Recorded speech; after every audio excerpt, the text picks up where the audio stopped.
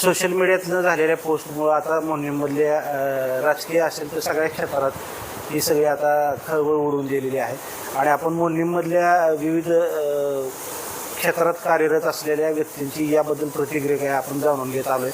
आता आपल्यासोबत अनिल शिंदे असणार आहेत आणि त्यांच्याकडून या सगळ्या सविस्तर घटनेबद्दल काय वाटते त्यांना हे आपण जाणून घेणार. आपलं स्वागत आहे तुमचं. नमस्कार. काय आता हे नेमकं सोशल मीडियात मोहीमच्या सरपंच पदासाठी झालेली अगोदर पूजा अगोदर तुम्हाला झाली की नाही काय वाटते नेमकं? नाही, आता हे सगळं वातावरण संशयास्पद आहे. आता कदाचित राजकीय पुढाऱ्यांना बदनाम करण्यासाठी बोगस बातमी असू शकते किंवा काही राजकीय पुढारी अंधश्रद्धाळू वृत्तीचे असल्यामुळे किंवा असतील तर ते असं कृत्य करूही शकतात. कारण मला मागं माहिती आहे की आता ते यावलीला एक महाराज होते, ते आता नाहीत. तर सोलापूर महानगरपालिकेचे इलेक्शन लागल्यावर जवळजवळ निम्मे नगरसेवक तिथे येऊन आशीर्वाद घेऊन जायचे. मग त्यांना ते काही सांगायची विधी तू सोमवार कर मंगळवार कर काय असं असेल त्यांचं ते सांगत होते आणि ते लोक करत होते हे मला खात्रीशीर माहिती आहे किंवा मी आमचे पाहुणे होते त्यांच्या तोंडूनही बऱ्याच वेळेला ऐकलेलं आहे. तर तसं पूर्णतः ही गोष्ट नाकारता येण्याजोगीही नाही. कारण आपल्या शेजारच्या गावातच ह्या विद्येला एक विद्यापीठ असल्यासारखंच आहे तिथं वास्तविक पाहता. आता ते काही पुराव्यानिशी काही कृत्य वाईट करतात असं कुठं आढळलेलं सध्या तरी नाही. परंतु ते प्रशिक्षण म्हणून तरी ते निदान केंद्र चालू आहे असं ऐकिवात आहे माझ्या, की बाहेर राज्यातली लोक येऊन तिथं प्रशिक्षण घेतात ह्या विद्येचं. आणि त्यांचा उद्देश काय आहे तो विद्या पसरवण्याचा हेही जरा प्रश्नांकितच आहे. तरी अशा गोष्टी खरं तर दाभोळकरसारखा एक माणूस आपला प्राण गमावतो ह्या सगळ्या विरुद्ध. हे त्यांच्यामुळं निदान हा कायदा तयार झाला महाराष्ट्रामध्ये. परंतु आपल्या दुर्दैव म्हणावं लागेल, आपल्या देशाचं म्हणा समाजाचं म्हणा, आपल्यात कायदे भरपूर आहेत पण त्याची अंमलबजावणी त्याप्रमाणे होत नाही. जर त्या कायद्याची अंमलबजावणी झाली तर मला वाटतं अशा केसेस असं काय करण्यास कोण दजावणार नाही. परंतु कायद्याचा वचक तेवढा नाही. कायदा असूनही कायद्याचा वचक नाही हे आपलं दुर्भाग्य आहे. व माझी पोलीस प्रशासनाला विनंती राहील की हा जो प्रकार आहे तो आता इन्व्हेस्टिगेशन आम्ही करू शकणार नाही कुणी. पोलिसांना ते अधिकार आहेत की पोलिसांकडे जरी कोणी लिखित तक्रार दिली नसेल पण आता इलेक्ट्रॉनिक माध्यमातून ही बातमी प्रसारित झालेली आहे, बऱ्यापैकी त्यात जनतेमध्ये चर्चा चालू आहे. तर पोलीस प्रशासनाने ह्यात लक्ष देऊन काही चौकशी करून त्यात काही तथ्य सापडतंय का, ही पूजा खरंच झाली का नाही हे थोडंसं इन्व्हेस्टिगेशन व्हावं अशी माझी व मुडलिमकर जनतेची इच्छा असणं हे स्वाभाविक आहे. आणि खरं तर राजकीय पुढाऱ्यांचं जर आपल्या महाराष्ट्रातल्या भारतातल्या जर अभ्यास केला तर कमीत कमी 30-40% निश्चितच अशा अंधश्रद्धाळू राजकारणी आहेत की ते अशा ह्याच्यावर विश्वास ठेवतात करतात. आणि मग का करतात हे? तर ह्यांना निवडून यायचं. निवडून काय यायचं? जर तुम्ही जनतेचे सेवक असाल तर तुम्ही निवडून या अथवा न या, तुम्ही जनतेची सेवा चालू ठेवा. तुम्हाला पदच कशाला पाहिजे? पद म्हणजे मग तुम्हाला प्रतिष्ठेसाठी आणि त्यातून काय सोर्स ऑफ इन्कमसाठी करायचं आहे का हा सुद्धा एक प्रश्न पडतो माझ्यासारख्या माणसाला. जर प्लेनली तुम्ही समाजसेवक म्हणून जर समाजाची सेवा करण्यासाठी सरपंच होणार असाल, मुख्यमंत्री होणार असाल तर तुम्हाला असले प्रकार करण्याची गरजच नाही. एक मुद्दा आता ह्यातून आपला पुढे यायला लागला की जी खरेच प्रामाणिक जे काही राजकीय नेते मंडळी आहेत पण त्यांच्यासुद्धा आता बघण्याकडं आता मोहीमचं वातावरण बघितलं, चर्चा प्रत्येक ठिकाणी ही चर्चा आहे आणि थोडीशी एक भीती समाजामध्ये निर्माण झाली. आता जी प्रामाणिक नेते मंडळी आहेत ही सगळीच आता किंवा सगळे नेते मंडळी संशयाच्या फेऱ्यात आलेली आहेत. काय वाटते? निश्चितच. म्हणूनच मी सर्वप्रथम काय म्हणलं की ह्याची चौकशी होऊन ह्याच्या मुळाशी गेलं पाहिजे. ही खरंच जर अफवा कोणी पसरवली असेल तर त्यालाही पकडला गेला पाहिजे. कोण अफवा पसरवतोय अशी समाजात, आणि हा तोही एक गुन्हा आहे ना, समाजात अशा अफवा पसरवणं हा एक कायद्याने गुन्हा आहे. त्यामुळे पोलिसांनी त्या दृष्टीने तपास केला पाहिजे, आणि जर केला असेल तर तो कोण आहे हेही झालं पाहिजे, आणि त्याच्यावर बी गुन्हा दाखल केला पाहिजे.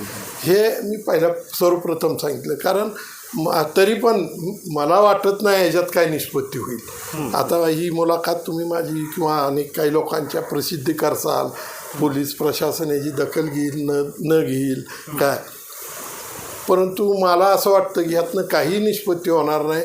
काय अजून एक 4-5 दिवस ही चर्चा चालू राहील, परत ह्याच्यावर पांघरून पडेल. परंतु निश्चितच हा अघोरी प्रकार असा झाला असेल तर व्हायला नको आहे. मी त्याचा निषेध करतो. पोतभर राग घेऊन जर तुम्ही आमच्या मोडलिमकर जनतेच्या अन्नामध्ये मिसळत असाल तर लोक निश्चितच एक दहशतीमध्ये राहणार आहेत की तसली राख आपल्याला खाऊ घातली जाते, आणि हे निश्चित निंदनीय आहे. याचं कधीही कुठल्याही स्तरावर समर्थन होऊ शकत नाही. हे अंगला आता राख्याचा विषय निघाला, आता त्याचा फटका बसायला लागला. चर्चा झाली, ही झाली, आणि व्यावसायिक हॉटेल व्यावसायिक खास करून जे आहे त्यांना सुद्धा आता ही फटका बसायला लागला. ही झाली एक बाजू. पण लोकांचं मानसिक आरोग्य जे आहे किंवा स्वास्थ्य जे आहे, भावना आहे, ह्याच्याशी मग हे खेळलं जाते का असं देखील आता प्रश्न निर्माण होतो. आता बऱ्यापैकी बरं का, पूर्वीचा काळ एक असा होता की समाजामध्ये गरिबी जास्त होती, आणि गरीब माणसं म्हणजे पैसे देऊन वैद्यकीय ट्रीटमेंट घेऊ शकत नव्हते, व शासकीय यंत्रणाही त्यावेळेला इतकी स्ट्रॉंग नव्हती आता आहे तशी. त्यामुळं त्यावेळेला ह्या भोंदू महाराजांचं साधायचं, तुझा आजार बरा करतो, तुला मुलगा होईल, तर असं हे काहीतरी व्हायचं. आणि त्या दृष्टीने ज्याच्याकडे पैसे नाहीत असे गोरगरीब ह्यांना बळी पडत होते. परंतु आता समाज सुधारलेला आहे. आता निश्चित म्हणजे मला वाटतं की 80% समाज ह्या असल्या गोष्टीवर विश्वास ठेवत नाही. वास्तविक पाहता जर समाजाला असं करणारा कोणाचं नाव जर कळलं तर लोक त्याला मतदान करणार नाही. परंतु ही संभ्रमावस्था आहे, आणि ही संभ्रमावस्था निश्चितच सर्वांनाच घातक आहे. पुढाऱ्यांनाही घातक आहे, व्यावसायिकांनाही घातक आहे, आणि सामाजिक वातावरण ज्याने समाजासाठी सुद्धा हे घातक आहे. थोडक्यात हे असं वातावरण समाजात असणं निश्चितच समाजाच्या हिताचं नाही. एक आणखी महत्त्वाचा मुद्दा, ही सगळं सोशल मीडियात पसरवण्यापेक्षा ते पुराव्यानिशी जर कायदेशीर बाजूनं लढलं असतं, त्या कोणी केलं असेल तर त्याच्यावर तक्रार देणं, किंवा नसेल तर मग शांत राहणं, केलं असेल तर अशी तक्रार देऊन सुद्धा असं करता आलं असं मीडियातून हे करण्यापेक्षा. काय वाटतं तुम्हाला? मी मीडियामध्ये बातमी आल्यावर मी कमेंट्समध्ये म्हणलं होतं की जर कोणाकडे फोटो पुरावा असेल तर आपण निश्चित पुढे यावं, पोलीस प्रशासनाला सहकार्य करावं. आपण त्याच्याविरुद्ध नक्कीच केस करू शकतो, पण काहीतरी पुरावा हातात पाहिजे. आपण मोहगम जाऊन पोलिसांना तक्रार देणं सुद्धा म्हणजे काय म्हणून देणार योग्य वाटत नाही. कारण आपल्याला तरी कुठं खात्री आहे की नक्कीच पूजा झाली का नाही, ही अफवा आहे का सत्यता आहे, हे अजून म्हणजे सगळ्यालाच, मला जसा आहे प्रश्न तो सगळ्यालाच आहे. आता एखाद्या व्यक्तीकडे बोट दाखवून हा तसा आहे हे एखाद्याचं म्हणणं असू शकेल, परंतु ते पूर्णतः ते सत्य आहे असं म्हणता येणार नाही. हे सगळे मग पुरावा घेऊन समोर यावं असं वाटतंय? 100%. मी कमेंट्स म्हणजे यावला ही इलेक्ट्रिक मीडियामध्ये आली बातमी, त्यात कमेंट्स करताना मी समाजाला आव्हानच केलं, कोणाकडे पुरावे असेल तर निश्चित ते द्या, पोलिसाला द्या, आमच्याकडे द्या. परंतु आजपर्यंत काय तसा पुरावा कोणी सादर केला. या प्रकरणाचा सोक्षमोक्ष लावा असं वाटतंय? सोक्षमोक्ष लावा असं मला फार मनापासून वाटतं नव्हे, लागलाच पाहिजे. ती रिस्पॉन्सिबिलिटी आहे डिपार्टमेंटची की ही समाजामध्ये असे हे प्रयोग जे होत आहेत अधूनमधून, काय आता मधी आरणला एक प्रकार झाला होता, विनाकारण रान धोपटलं गेलं, ते कौटुंबिक निघालं कारण त्याचं. असं व्हायला नको आहे. समाज का ढावळताय तुम्ही? एखाद्या गोष्टीसाठी. आता समाज विश्वास 80% लोक याच्यावर विश्वास ठेवत नाहीत. आता कोणतरी बोकड कापत असेल ते बी तळबाबाला चालत नाही, दैत्यालाच कापतात ती नवसाचं बोकड म्हणून. पण ते आता कसं आहे, ह्या प्रथा ज्या आहेत माणसानी देवाचं नाव घेऊन आपण खाण्यासाठीच असतात. ती बहुतेक प्रथेमागं हीच परंपरा दिसून येते. पण राजकीय ह्याच्यासाठी ही सगळा उठाठेव करण्याची गरज आहे की नाही असं काय म्हणायचं? राजकीय लोकांनी करू नये, अंधश्रद्धेविरुद्ध लढलं पाहिजे राजकीय नेत्यांनी.